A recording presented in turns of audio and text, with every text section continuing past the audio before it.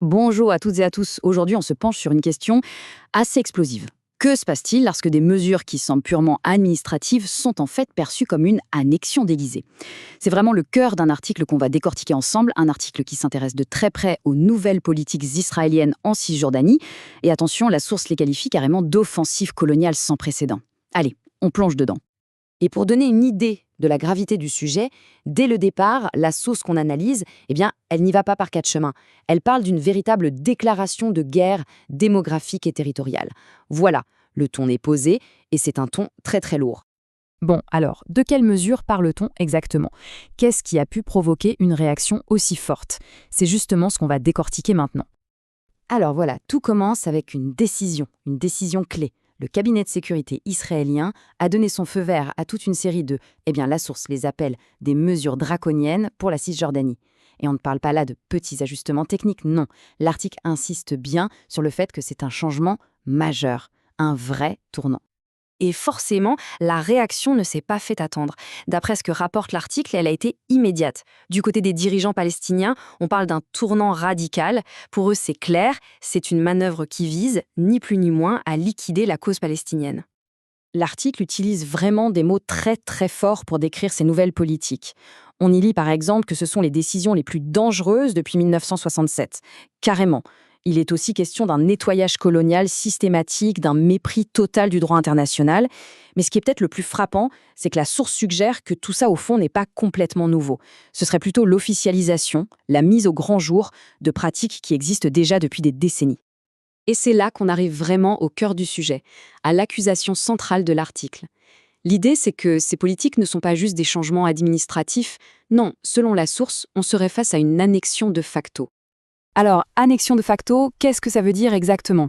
Prenons un instant pour être sûr qu'on parle bien de la même chose. En gros, c'est quand un pays prend le contrôle, un contrôle bien réel et permanent, d'un territoire. Mais sans jamais le déclarer officiellement, sans acte juridique formel, c'est l'idée que les faits sur le terrain comptent plus que les déclarations officielles. Les actes priment sur les mots, en quelque sorte. Mais alors, quel serait le but final de tout ça, toujours selon la source? L'idée serait d'abord de changer le statut de la Cisjordanie de manière irréversible. Une sorte de préparation du terrain pour une annexion, cette fois-ci pure et simple. Mais l'article va encore plus loin. Il évoque un projet qui viserait à effacer l'identité palestinienne, à voler des terres pour y installer ce qu'il appelle des enclaves de terreur. Bon, tout ça peut paraître un peu abstrait. Alors pour rendre les choses plus concrètes, l'article se concentre sur un cas précis, un vrai point chaud. La ville d'Hébron. C'est un excellent exemple pour comprendre comment ces politiques se matérialisent sur le terrain. Hébron est donc présenté comme l'épicentre, l'endroit où l'impact de ces nouvelles décisions serait particulièrement brutal. C'est là que les conséquences seraient les plus visibles et, d'après l'article, les plus graves. Pour bien saisir ce qui se joue à Hébron, un petit retour en arrière s'impose. On a l'occupation qui commence en 1967. Puis, en 1997, il y a cet accord, l'accord d'Hébron, qui devait mettre en place une administration partagée. Le problème, c'est qu'aujourd'hui, ces nouvelles mesures viendraient tout simplement, selon la source, faire exploser les fondations de cet accord historique. Et c'est là qu'on voit le changement radical. D'un côté, on avait l'accord de 1997, basé sur l'idée d'un partage de l'administration civile. De l'autre, on a ces nouvelles mesures qui, elles, transfèrent tous les pouvoirs de planification et de construction directement à l'administration civile de l'armée israélienne, de manière unilatérale. Le point crucial, le vrai nœud du problème selon l'article, c'est cette perte de contrôle total pour la partie palestinienne. L'article donne d'ailleurs la parole à Raoui Fatou, le président du Conseil national palestinien. Et pour lui, il n'y a pas de doute, cette manœuvre est une violation directe de l'accord de 1997.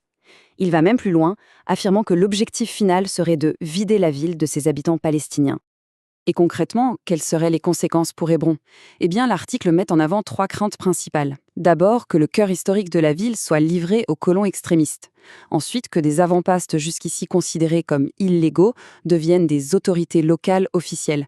Et enfin, la création de ce que la source n'hésite pas à appeler un système d'apartheid institutionnalisé. Alors, face à ce que l'article décrit comme une attaque frontale, quelle est la réponse palestinienne? On aborde ça dans notre dernière partie. Du côté de la résistance palestinienne, la perception de ces mesures est, on s'en doute, très claire. On ne voit pas ça comme un simple changement administratif, loin de là. C'est perçu comme une véritable agression existentielle, une menace directe contre leur présence même et contre leur identité. L'article rapporte une citation particulièrement forte qui dit que ces mesures dynamitent les derniers vestiges des accords signés. Le mot « dynamiter » est important. Ça suggère que ça ne se contente pas de violer les accords. Non, ça détruit les dernières miettes de ce qui pouvait rester d'un processus diplomatique. L'image est puissante. C'est comme si le peu de cadre de dialogue qui existait encore était anéanti. En d'autres termes, il n'y a plus rien à négocier. Alors, que faire? Quelle est la stratégie de réponse qui est mise en avant dans la source? Elle semble reposer sur 3 grands axes. D'abord, des appels à une confrontation généralisée. Ensuite, un appel à la solidarité internationale.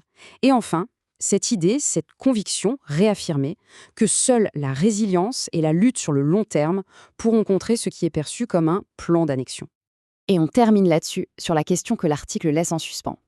Si la source a raison de dire que la diplomatie a été dynamitée, si la situation est vraiment perçue comme une menace existentielle, alors la question elle est simple, mais elle est vertigineuse. Que va-t-il se passer maintenant ?